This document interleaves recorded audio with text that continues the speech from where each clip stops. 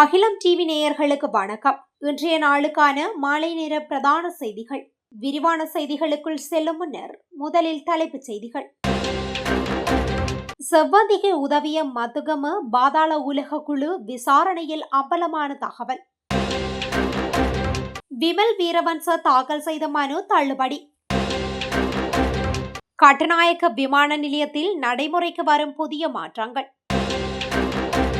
கோர விபத்தில் தந்தை பலி, மகள் படுகாயம். இடிந்து வீழ்ந்த ஜாழ் மந்திரிமனை பாதுகாப்பதற்கான பணிகள் முன்னெடுப்பு. தெற்கு கடற்பரப்பில் சுற்றி வளைக்கப்பட்ட மற்றொரு படகு, சிக்கிய பெருமளவு போதைப்பொருள். யாழில் இருவேறு விபத்துகளில் 2 உயிரிழப்பு. வெளிநாடொன்றை உலுக்கிய சக்தி வாய்ந்த நிலநடுக்கம், அச்சத்தில் மக்கள். ஆப்கானிஸ்தான் எல்லையில் குண்டு தாக்குதல், 7 பாகிஸ்தான் வீரர்கள் உயிரிழப்பு. தொடர்பான விரிவான செய்திகள். கணேமுள்ள சஞ்சீவ புதுக்கடையில் சுட்டுக் கொல்லப்பட்ட சம்பவத்தில் நேபாளத்தில் வைத்து கைது செய்யப்பட்ட இஷார செவ்வந்தி மதுகம்பர் பிரதேசத்தில் மறைந்திருக்க அப்பிரதேசத்தின் முக்கிய பாதாள உலக தலைவர் ஒருவர் உதவியுள்ளமை விசாரணைகளில் தெரிய வந்துள்ளது.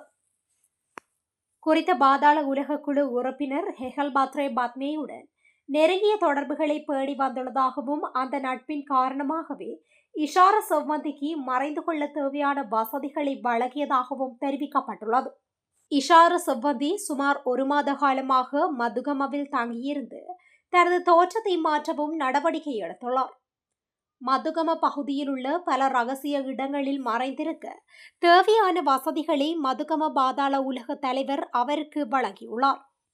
இந்நிலையில் இஷார செவ்வந்தி மதுகம பிரதேசத்தில் இருப்பதாக காவல்துறையினருக்கு கிடைத்த தகவல்களின் அடிப்படையில் அங்கு சோதனைகள் முன்னெடுக்கப்பட்ட போதும் அவர் ஏற்கனவே அங்கிருந்து வெளியேறி மாத்தறைக்கு தப்பி சென்றிருந்தார். அதனைத் தொடர்ந்து மாத்தறையில் சில நாட்கள் கழித்த பிறகு அவர் யாழ்ப்பாணத்திற்கு சென்று அங்கிருந்து கடல் வழியாக இந்தியாவுக்கு தப்பி சென்றுள்ளமை தெரிய வந்துள்ளது. இதேவேளை கணேமுள்ள சஞ்சீவ சுட்டுக் கொல்லப்பட்டதற்கு பிரதானமாக செயல்பட்டதாக கருதப்படும் இஷார உட்பட 4 சந்தேக நபர்களும் 72 மணி நேரம் தடுத்து வைக்கப்பட்டு விசாரணை மேற்கொள்ள அனுமதி கோரப்பட்டுள்ளது. முன்னாள் அமைச்சர் விமல் வீரவன்ச தாக்கல் செய்த மனு தள்ளுபடி செய்யப்பட்டுள்ளது. இலங்கை குடிமக்களுக்கு டிஜிட்டல் அடையாள அட்டைகளை வழங்கும் திட்டத்தை செயல்படுத்துவதற்காக இந்தியாவுடன் இலங்கை அரசு கையெழுத்திட்ட புரிந்துணர்வு ஒப்பந்தத்தை செல்லாததாக தீர்ப்பளிக்க கோரி 2 அடிப்படை மனித உரிமைகள் மனுக்கள் தாக்கல் செய்யப்பட்டிருந்தது. குறித்த மனுக்கள் முன்னாள் அமைச்சர் விமல் வீரவன்ச மற்றும் 2 தரப்பினரால் தாக்கல் செய்யப்பட்டிருந்தது. இதன் அடிப்படையில் இன்று உயர்நீதிமன்றத்தில் குறித்த மனுக்கள் விசாரணைக்கு எடுத்துக் கொள்ளப்பட்டது. இந்த நிலையில் பிரதம நீதியரசர் பிரீத்தி பத்மன் சூரசேன தலைமையிலான உயர் நீதிமன்றத்தின் 3 நீதியரசர்கள் கொண்ட ஆயத்தத்தின் முன் இந்த விசாரணை இடம்பெற்றது. இதையடுத்து தொடர்புடைய மனுக்களை தொடர முடியாது என சட்டமா அதிபர் எழுப்பிய ஆரம்ப ஆட்சேபனைகளை ஏற்றுக்கொண்ட உயர் நீதிமன்றத்தின் 3 நீதிபதிகள் கொண்ட ஆயம் பின்னர் இந்த மனுக்களை விசாரணையின்றி தள்ளுபடி செய்துள்ளமை குறிப்பிடத்தக்கது. கட்டுநாயக்க பண்டார்நாயக்க சர்வதேச விமான நிலையத்தில் நடைமுறைக்கு வரும் வகையில் மாற்றம் செய்யப்பட்டுள்ளது.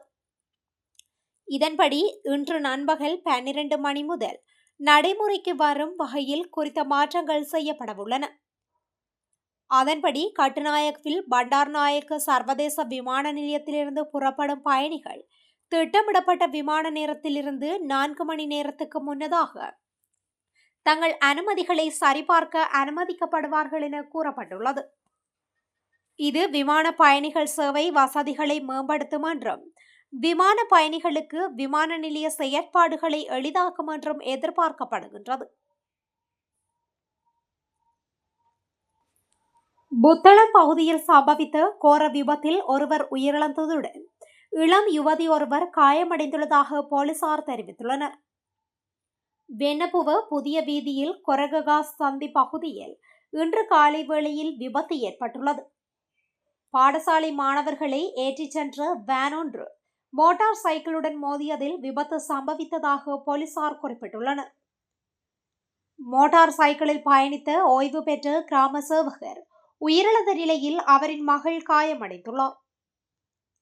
மோட்டார் சைக்கிளின் பின்னால் அமர்ந்து பயணித்த இளம் பெண் மற்றும் வேனின் சாரதி ஆகியோர் மாரவில ஆதார வைத்தியசாலையில் அனுமதிக்கப்பட்டுள்ளனர்.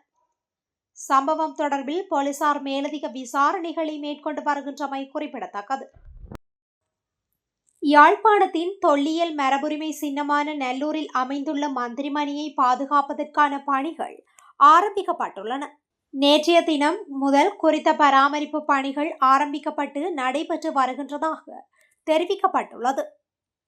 கடந்த மாதம் பெய்த மழை காரணமாக மந்திரிமனையானது பகுதியளவில் இடிந்து வீழ்ந்திருந்தது. இதன் பாதுகாப்பு கருதி மந்திரிமனையின் சேதமடைந்த வாயிற்புற கூரையை கழற்றி மழைக்கால சேதத்தினை தடுப்பதற்கான கைவேலைகள் நடைபெற்று வருகின்றன. தொல்பொருள் திணைக்களம் மற்றும் காணி உரிமையாளர்கள் இணைந்து இச்செயற்பாட்டை முன்னெடுத்துள்ளனர். இதேவேளை மழை காரணமாக சேதமடைந்த மந்திரிமனையை நாடாளுமன்ற உறுப்பினர்களான ஸ்ரீதரன், அமைச்சர்களான சந்திரசேகர், பிமல் ரத்நாயக்க மற்றும் உள்ளூராட்சி மன்ற உறுப்பினர்கள் உள்ளிட்ட பலர் நேரில் சென்று பார்வையிட்டிருந்தனர்.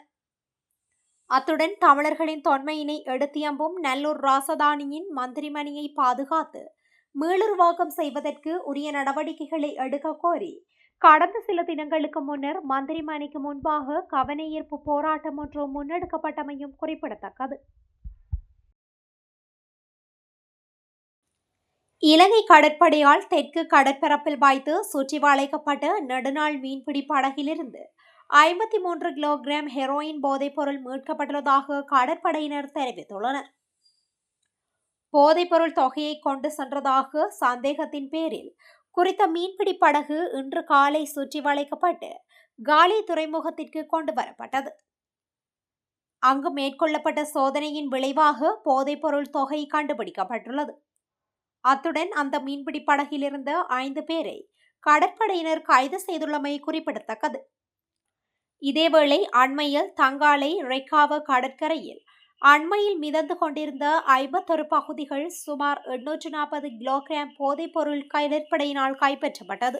கைப்பற்றப்பட்ட போதைப்பொருள் தெஹிபலே என்ற குற்றவாளிக்கு சொந்தமானது என்பது விசாரணையில் தெரிய வந்துள்ளமை குறிப்பிடத்தக்கது. யாழ்ப்பாணத்தில் வேறு வாகன விபத்தில் 2 உயிரிழந்துள்ளனர். அதன்படி கொழும்பிலிருந்து யாழ்ப்பாணம் நோக்கி சென்ற ரயிலில் இருந்து இறங்க முற்பட்ட பெண் ஒருவர் அதிலிருந்து தவறி விழுந்து நேற்று உயிரிழந்துள்ளார். குறித்த பெண் இருந்த பெட்டியின் வாயிலினூடாக இறங்குவதற்கு இறங்குதளம் இல்லாத காரணத்தால் வேறு பெட்டியினூடாக இறங்குவதற்கு முற்பட்ட வேளையில் ரயில் நகர்ந்ததால் குறித்த பெண் கீழே விழுந்து படுகாயமடைந்துள்ளார்.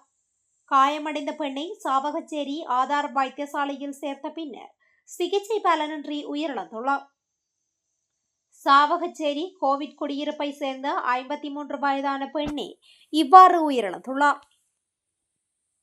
விபத்து தொடர்பான மேலதிக விசாரணைகளை சாவகச்சேரி போலீசார் முன்னெடுத்து வருகின்றனர். மேலும் யாழ்ப்பாணத்தில் சொகுசு பேருந்து மோதியதில் மீன் வியாபாரியொருவர் உயிரிழந்துள்ளார். மோட்டார் சைக்கிளில் பயணித்த மீன் வியாபாரியை சுற்றுலா பயணிகளை ஏற்றிச் சென்ற சொகுசு பேருந்து மோதியதில் சம்பவ இடத்திலேயே வியாபாரி உயிரிழந்தார். சம்பவம் தொடர்பான மேலதிக விசாரணைகளை ஊர்காவற்துறை போலீசார் முன்னெடுத்து வருகின்றனர். பிலிப்பைன்ஸில் சக்தி வாய்ந்த நிலநடுக்கம் ஏற்பட்டுள்ளதாக சர்வதேச ஊடகங்கள் செய்தி வெளியிட்டுள்ளன. குறித்த நிலநடுக்கம் இன்று 6.1 ரிக்டர் அளவில் ஏற்பட்டதாக அமெரிக்க புவியியல் ஆய்வு மையம் தெரிவித்துள்ளது. பிலிப்பைன்ஸின் ஜூனியன் சுர்காவோ தீவிலிருந்து 69 கிலோமீட்டர் ஆழத்தில் நிலநடுக்கம் பதிவானது. இந்த நிலநடுக்கத்தின் காரணமாக கட்டடங்கள் குலுங்கினாலும் எந்தவிதமான சேதமோ அல்லது பாதிப்போ ஏற்படவில்லை என வெளிநாட்டு செய்திகள் தெரிவிக்கின்றன. இந்த நிலநடுக்கம் மிண்டானாவோ தீவின் கிழக்கு பகுதியில் 7.4 மற்றும் 6.7 ரிக்டர் அளவிலான 2 சக்தி வாய்ந்த நிலநடுக்கங்கள் ஏற்பட்டு ஒரு வாரத்திற்கு பிறகு ஏற்பட்டுள்ளது. ஆப்கானிஸ்தான் எல்லைக்கு அருகே இடம்பெற்ற குண்டு தாக்குதலில் 7 பாகிஸ்தான் ராணுவ வீரர்கள் உயிரிழந்துள்ளதோடு 13 பேர் காயமடைந்துள்ளனர். இரு நாடுகளுக்கும் இடையிலான போர் நிறுத்தத்தின் பின்னணியில் இந்த தாக்குதல் இடம்பெற்றுள்ளமை குறிப்பிடத்தக்கது. இத்துடன் இன்றைய நாளுக்கான மாலை நேர பிரதான செய்திகள் நிறைவடைகின்றன. தொடர்ந்தும் இதுபோன்ற செய்திகளை உடனுக்குடன் அறிந்து கொள்ள அகிலம் டிவியுடன் இணைந்திருங்கள். நன்றி, வணக்கம்.